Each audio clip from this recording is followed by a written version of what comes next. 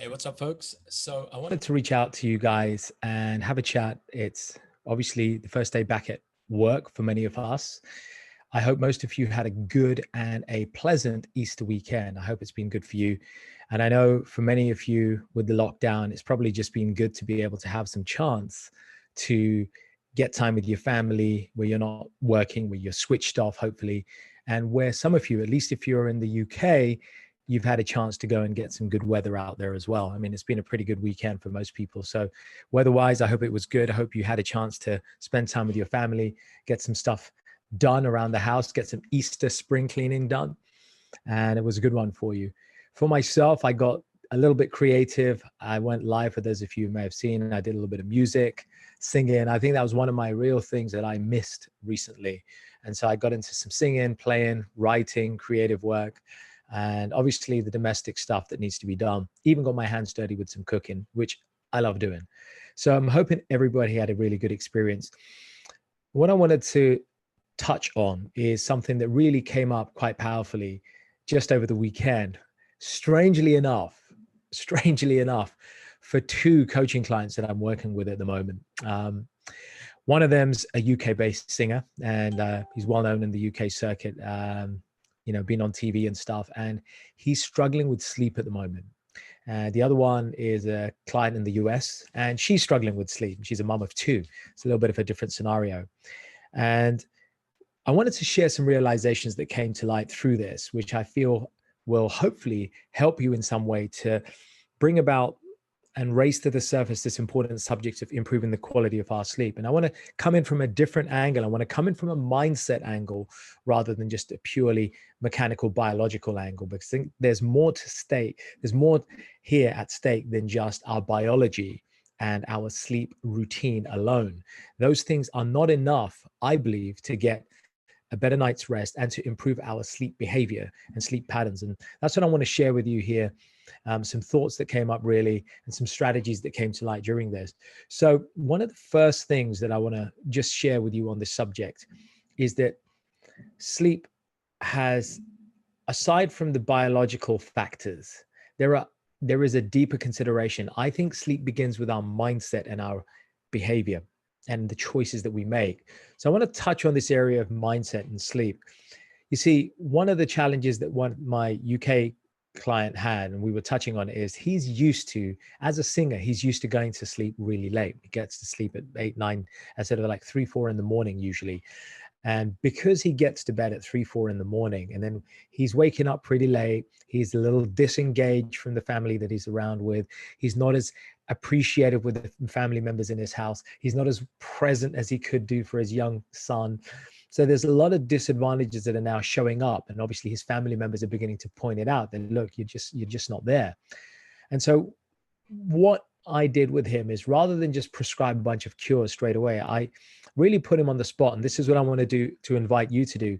If you're struggling with sleep, or if you wish you could improve your sleep, I would say to you, before you even reach for any herbs or chemicals, or just try and force yourself with a brute force approach to go to bed early, I would put to yourself, what is your reason to want to get better sleep? Or what is your reason to go to bed earlier?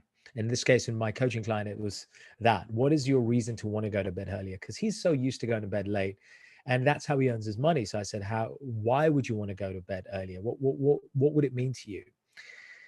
And what we started to uncover in doing that is quite fascinating. See, with him, what we came to understand is he enjoys having his downtime by himself.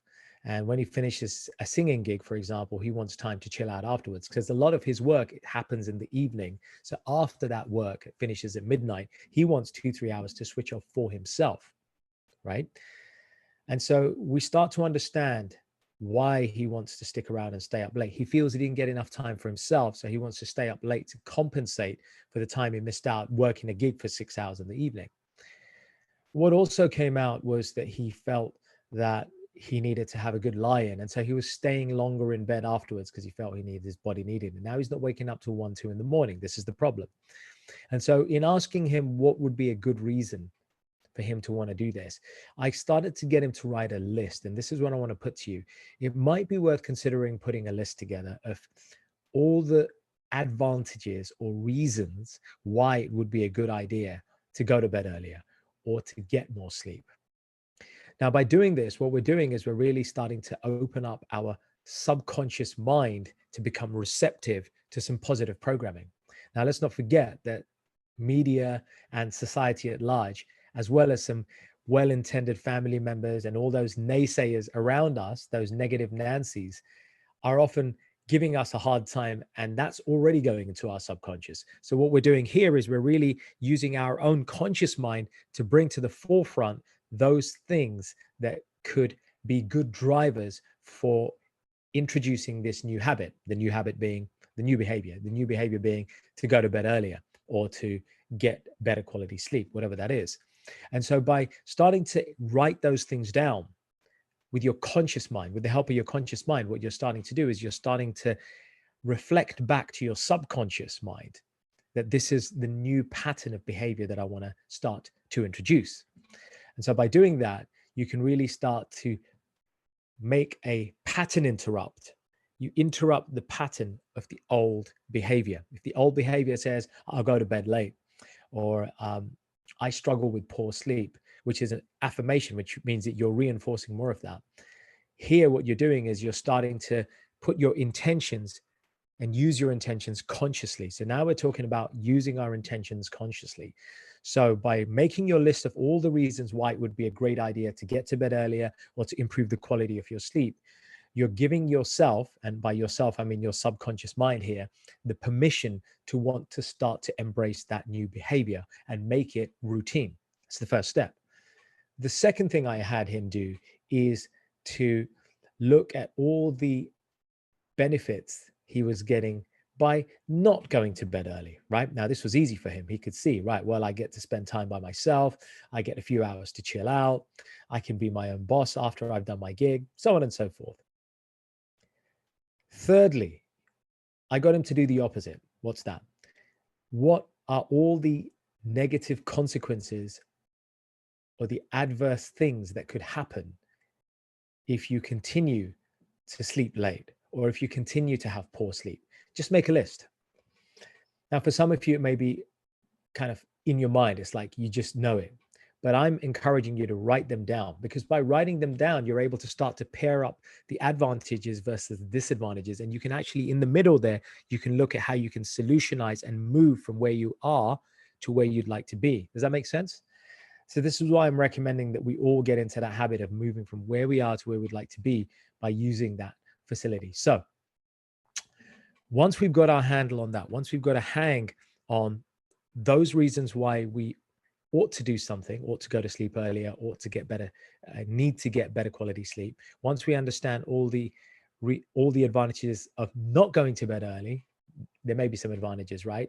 So put them down. And then once we've understood all the ill consequences that are awaiting us or could affect us or impact us if we continue this current sleep routine, we now start empowering our conscious mind to program our subconscious mind in the way we want to, not the way society wants, not the way the TV wants, and not the way our old habit pattern wants to keep us in.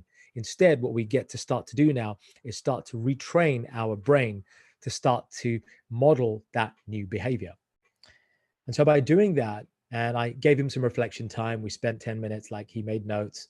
I said, okay, tell me when you're ready. And he made his list of things. And there were some fascinating things that came out, right? For example, he recognized that for him, one of the negative consequences, we know what the advantages of staying up late were. He gets quality time for himself, all that good stuff. But then when you started looking at the negative consequences, we started to realize the guy's nearly 40. He's going to start to get into a place where his testosterone levels are dipping already. His cortisol levels are high because you stay up late. Cortisol has an inversely proportional effect to the time you stay up for most people. Regardless of his chronotype, that is his sleep type, his personality, his predisposition to the style of sleep, his negative hormone, he has a negative hormonal response. His parasympathetic, his sympathetic glands are working in an adverse way. He's not getting the repair and the rejuvenation and regeneration, the cellular regeneration that occurs when you're having a good quality sleep. A lot of these processes happen pre-midnight. So by going to bed later and later and later, he's now disempowering his body from being able to take some of those important biological processes and make them happen. So I said, well, what that mean to you, right? We have to break it down into language that you understand. That may mean shit to you, may mean nothing. So then I said, well, what does it really mean? He goes, well, I'm going to gain weight. I said, okay, what's that going to mean? He goes, well, if I gain weight, then I'm going to become unhealthy. Okay, what's that going to mean? Well, I'm not going to be able to play football with my son. Now we're hitting on an emotion. We're hitting on something that really makes an impact. It's visceral. He wants to see his son play. He wants to join his son do football. There are so many reasons why he wants to stay fit. So we started building those reasons why he should start staying fit. Then we looked at other things that if he carries on the way he is, his career may be impacted. If his health goes downhill, then he's not going to be able to perform.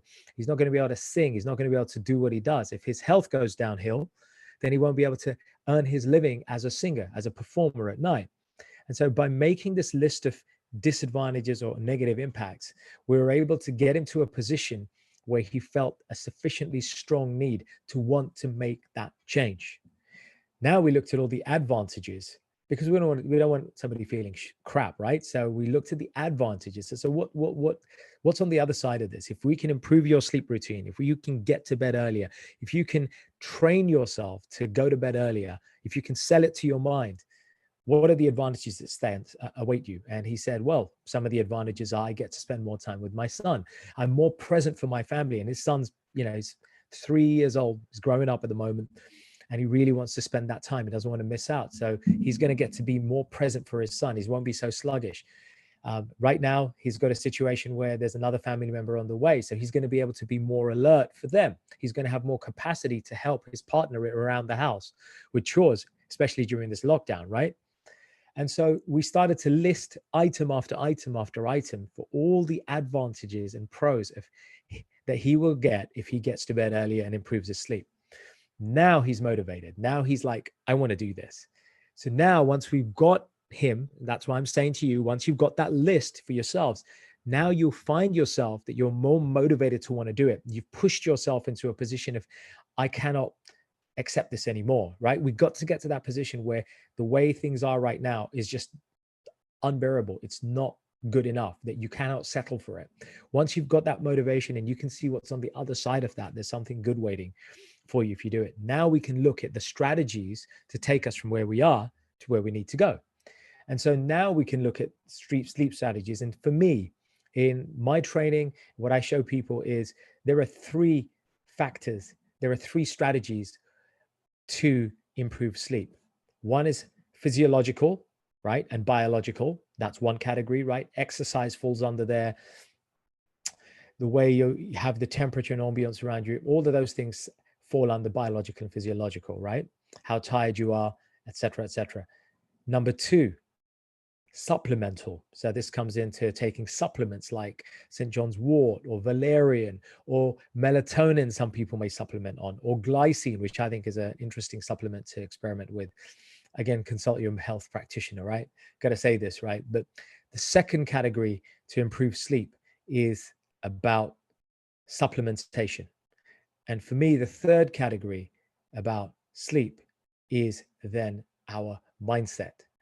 And with mindset, we're talking about how we control our emotions and how we control our desires and appetites so that we can pull ourselves away from the TV after midnight, how we can turn the TV off midway through that movie because you know that your time has come and you're going to switch off, how you can pull yourself off from that mobile device because you know that you shouldn't be using it, even with the blue light filters, that it's probably not a good idea to be on social media after midnight, how you can pull yourself away from the refrigerator because you've got a midnight munchie snack attack, right? Any number of reasons fall under that mindset category. And so with the mindset, the third category, what we're doing is we're controlling our behavior, we're refining our behaviors, we're refining our habits, and we're re-entraining ourselves to become more disciplined. So discipline falls under mindset.